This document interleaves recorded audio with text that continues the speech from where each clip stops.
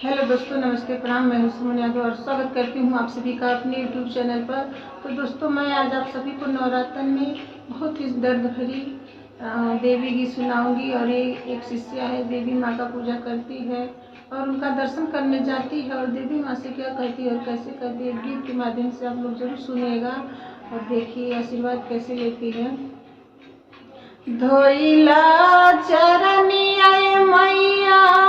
दिहलु नाय सिसवा हो कि काऊ लेके ना जइबै अपने भवनवा मैया काऊ लेके ना जइबै अपने भवनवा मैया काऊ लेके ना धनवाज देबै बेटी लूटी पाटी जई है हो सिनुरवा देबै ना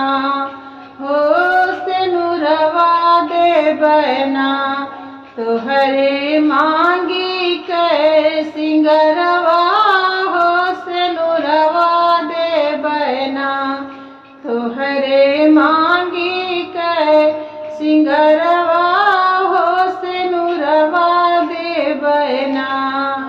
धोइला चरनिया मैया दिहलु नाय सिसवा हो कि काऊ लेके ना हो